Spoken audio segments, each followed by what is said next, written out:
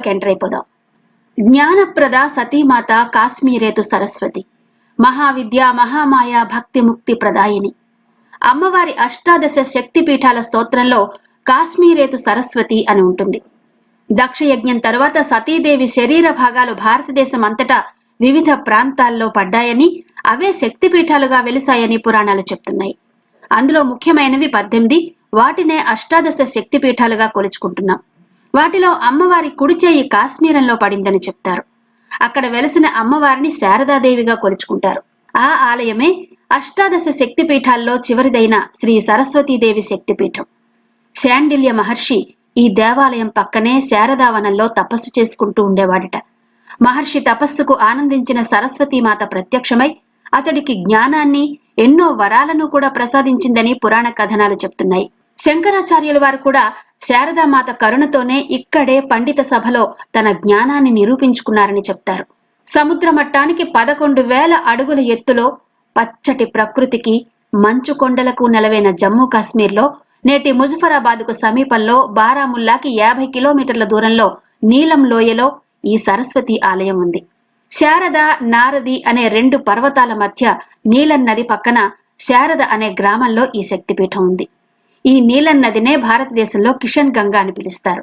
నిజానికి ఈ గ్రామం ఒక చిన్న గ్రామం, కానీ అమ్మవారు ఇక్కడ సరస్వతి మాతగా వెలియడంతో ప్రపంచ ప్రజలందరినీ ఆకర్షించింది ఈ కుగ్రామం. అమ్మవారి పేరుతోనే శారద గ్రామంగా ప్రసిద్ధి చెందింది.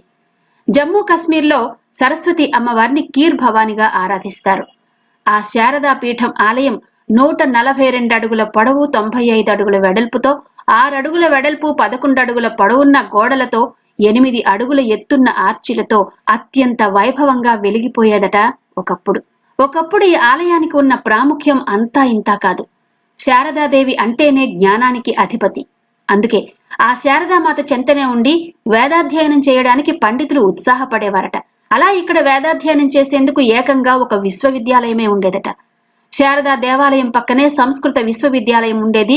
క్రీస్తు శకం 632లో చైనా యాత్రికుడు హుయాన్ సాంగ్ దీన్ని దర్శించి 2 ఏళ్లు ఇక్కడే ఉండి దీనికున్న చారిత్రక సాంస్కృతిక వైభవాన్ని తన గ్రంథాలలో రాశాడని తెలుస్తోంది.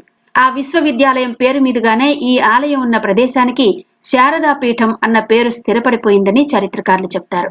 కాశ్మీర్ శారదా పీఠాన్ని సర్వజ్ఞ పీఠం అంటారు. ఎన్నో అర్హతలున్నవారు మాత్రమే దీన్ని అధిరోహించగలరు. శంకరాచార్యుల వారు ఇక్కడికి వచ్చి అన్ని మతాల వారిని, వాదాల వారిని వాదంలో జయించి ఆ సర్వజ్ఞ పీఠాన్ని అధిరోహించారట. కేవలం జ్ఞానాన్ని ఆశించిన వారు మాత్రమే కాదు, గ్రంథ రచయితలు కూడా అమ్మవారి అనుగ్రహం